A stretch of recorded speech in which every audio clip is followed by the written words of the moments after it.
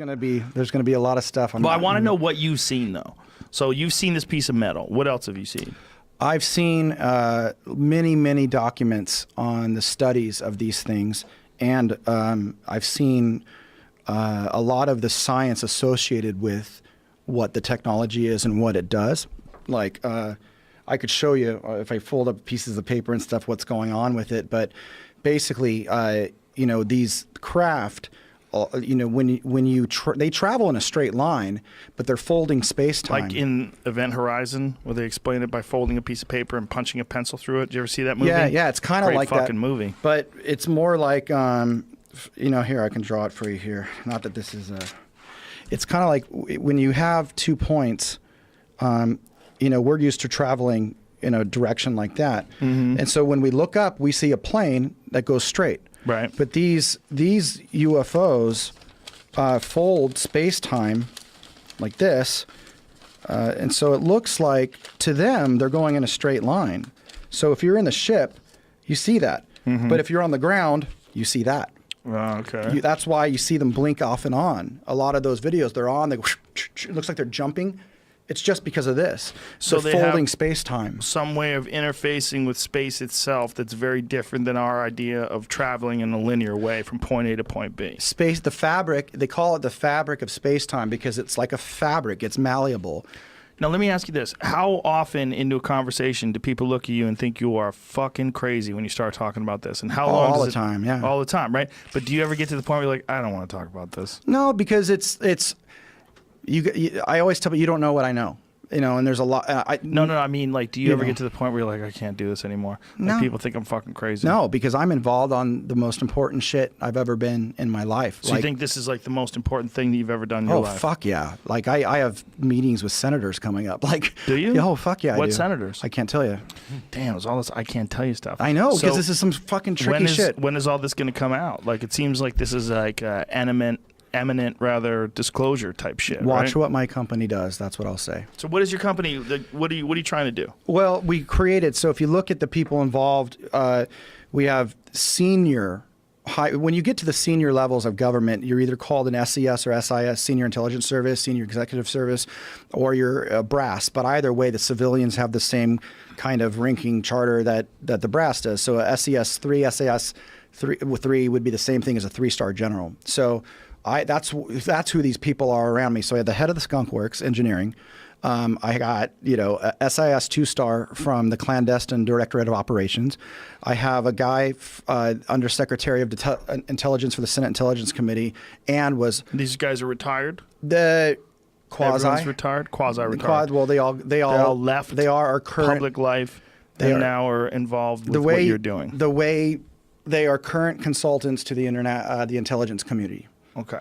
That's probably the most And involved diplomatic. in this project with clearance? They all have their top secret TSSCI clearances, yeah. I'm the only one that does it. On my entire team, I'm the only one that does it. Actually, Lou, that just came out, I hired him away. So he was head of all, he was in charge of all classified operations for Secretary of Defense Mattis. So he was what's called a GS-15, right underneath the 1, 2, and 3 stars. He ran the Advanced Aerial Threat Program, and it's still continuing to this day, and he's with us now. So the Advanced Aerial Threat Program under the United States government is essentially a UFO... That's one of the information gathering and assessment. Assessment of all of of what those machines are doing that gives off all these types of effects that people are witnessing. But there's also a very large group of people that have had within government that have had close contact, like hundreds, and it's connected to my group, and there's just more coming in that way. So that program is trying to figure out what those technologies did to those people and how those technologies work, even though it's more about tasking, you know, our assets like satellites and other things to be able to find these things better. But this is different than the Secret Machines book, which is more of another thing altogether. So is there communication between the United States government and alien life forms? I personally, I mean, I don't know any of this stuff because I'm not invited to those types of meetings, but I personally wouldn't doubt it. Yeah. You wouldn't doubt it, but they've never alluded to it or discussed it with you in any way? Not this group of people, no. Is there any speculation as to what they're doing? Resource extraction. Resource extraction, like minerals, empire building. Life, I tell people sperm, eggs. I think it's cheese. I think it's tacos. They're here I for think water. they're here for the same reason I am. But I tell people like a good way to look at this is like look at Syria, and Syria's in chaos because the United States and Russia are having a proxy war there. Mm-hmm. Now look at the Earth. It's the exact same thing. Different races are coming here. And they're trying to win and against each other. So there's more than one Oh race. yeah. How many this different ones universe we're talking about. Right. I don't know how many. I don't know. But there's a bunch of different creatures, and they all have the same sort of technology. Yeah, and some are very human. Some look just like you and I. Really? Absolutely, yeah. Now, is there any sort of speculation as to why life forms from other planets, other galaxies, other solar systems, different kind of gravity, different environments, would create a life form that's exactly similar to us? Or are they imitating what we look like in order to infiltrate our world and hang with us? I think probably unknowingly. I think all the above. I mean, look, if you look at like Syria, are you just going to say it's only Russia and America there? No, China's probably there. France is probably there. Mm-hmm. You know, I personally think the little aliens with the big black eyes, those are androids. They're biological robots. They're just programmed. They're no different than us cloning sheep. They just clone a being that can travel through space because space is very some sort big. of an artificial intelligence thing that doesn't have AI. a life form, right? I've heard that idea before, and it kind of makes sense a little bit, right? I mean, if you're a living thing and you're traveling through space, obviously you have biological limitations in terms of the need for oxygen and gravitational interactions and all these different things. Well, one of the scary hallmarks of those ones, the rumor is it in the back of their head is a transmitter. So you got to wonder where it's sending shit. But at the same time, you know, I can tell you that when you look at the Bible, the angels and the demons of the Bible would be the humans and the androids that I just told you about. So you think the grays are the androids, right? Yeah. And so you think they're like some sort of devil? No, I just think that that's how we characterized it because they come in, control your thoughts, control your body, take you. Us in the middle of the night. Yeah. Demons, you know. So do you think these things are traveling from where? Do we have any idea? There's things that have been put out there, but I've never asked. Why would you not ask that? What the fuck? You could tell me star system like 483? And you know about element 115. I would want to know about Starship Enterprise coordinate 115B65 Polaris, wherever the fuck it is. Yeah, I don't know. I do know that there's connections to man, you won't even fucking believe it. I'll tell you that. You want to hear? Please. Atlantis, the sunken city? Yeah. There's a connection? There's a connection. What's the connection? That there's a very advanced group that left after a catastrophe and hung around in a small outpost here and throughout time would push civilization forward, and that's who the Greek gods were. Whoa. Yep. And that's why it's very interesting on the Roswell wreckage there's Greek writing. Is there? Yeah, there is. I've never seen any of the wreckage from Roswell. Have you? It's online. You see it. Type in Roswell wreckage. You can see it. Well, Type all I've ever seen is the dude standing in front of the bullshit, the weather balloon stuff, where they're laughing and yucking it up. Roswell wreckage, Roswell I-beam. You'll see it, and it's got these Greek markings as far. And the witnesses that were there did what do you call it? Where they go on oath and tell. So that actual I-beam showing the word Eleftheria, which means freedom in ancient Greek. So where's that from, Jamie? Let me tell you. I don't know. It popped up when well, I'm going to tell you something else. So okay. I went and met a former director of CIA and NSA. He was director of both. I won't tell you his name.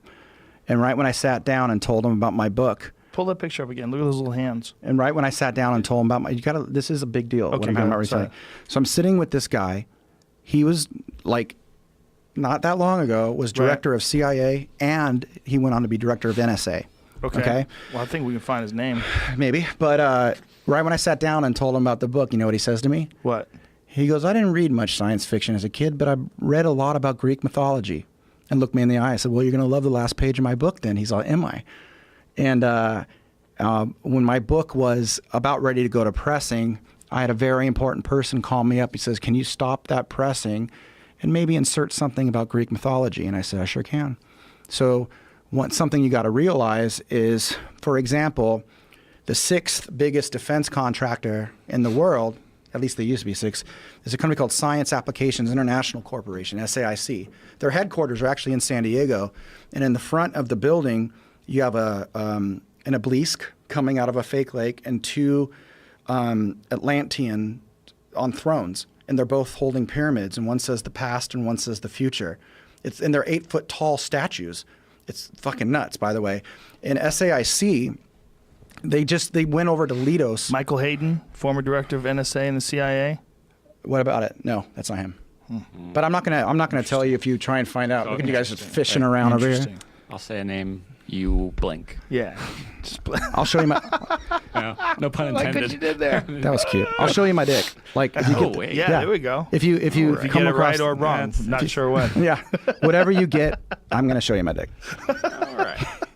What do you think about all that Zecharia Sitchin stuff? I think he was close. I don't think he was exact, but it's interpretive. You know, if I was to show you some symbols. For people who don't know what that is, explain Zecharia that. Sitchin is a Palestinian scholar that decoded a lot of ancient Sumerian texts that were written in Akkadian.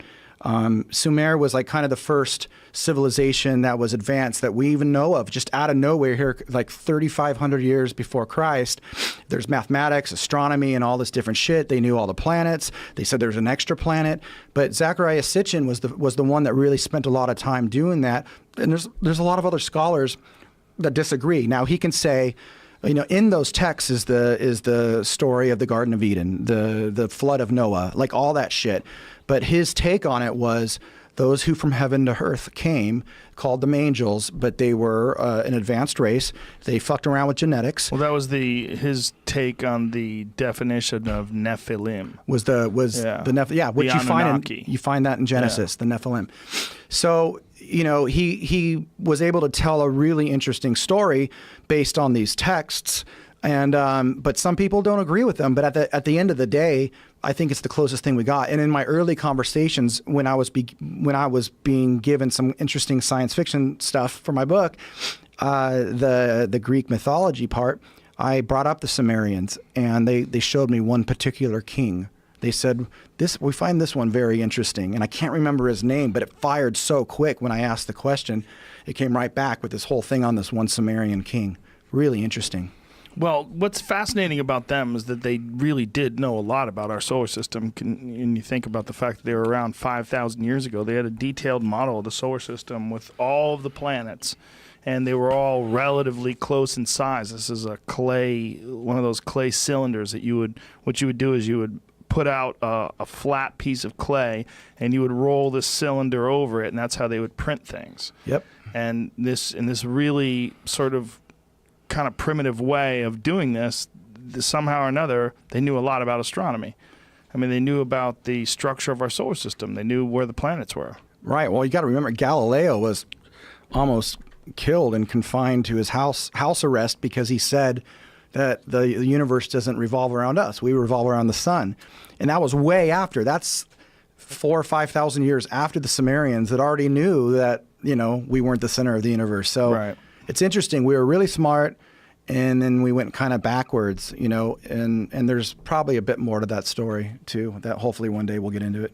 Well, it's really interesting when you look at these ancient civilizations and their attempts to decipher the world around them, and you try to figure out what did they know?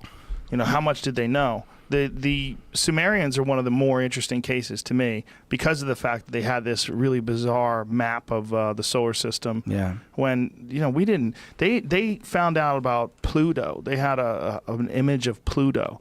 And I don't think we found out about Pluto until like the early 1900s. Yeah, Pluto might have even been like 50s Jamie, or 60s. see if you can find that out. Pluto was found like not even that long ago. I don't even know if it was as far back as the 1900s. See if you could find that out, and then find the image of the Anunnaki when they show the solar system, because the image is really fascinating. Because it is what it is. I mean, you look at it. There's a sun. I mean, it's clearly a sun. It has like it's a large circle. It's in the sky, and it has like those little sun sort of rays around it. This picture, right? Because it has the 9. Yeah. That's the picture. There you go. Yeah. So do you know they have an idea of where to look for this extra planet. They thought in the early 90s, JPL announced that they thought they found a companion to our sun. Yeah, look at that. I mean, that's fucking radical right there. Yeah, it's crazy. They have Pluto in there. Now, go to the discovery of Pluto. When did Pluto get discovered? I think you're right. I think it was in the 1950s. I know it was sometime in the 1900s. Well, I'm talking about Disney's Pluto. Which one are you talking about? 1930. 1930. Crazy. Crazy shit. Yeah, so these people somehow or another knew about Pluto fucking way before us. And this is not something you could see with the naked eye. So somehow or another, and nor were those other planets. I mean, you could see a few of them. You could see Mars, and sometimes you could see Jupiter, and maybe Saturn, right? Can you see Saturn? What are the ones you can see with the naked eye? You can see Saturn, yeah. Mm-hmm. Yeah. But after that, like, they had Uranus. You can't see Uranus. Yeah, just the other day, No, I you think it was can't. I like don't the one think so. time of, I don't know, every 25 years you can barely see it with the naked eye. Which Uranus? is like last week or something like that. Uranus a or bunch of people Saturn? were at Griffith Observatory. It was like super crowded because of that. We're not gonna make jokes and shit about Uranus, right? No. Because it's so old. It's expected. It's We'll too skip obvious.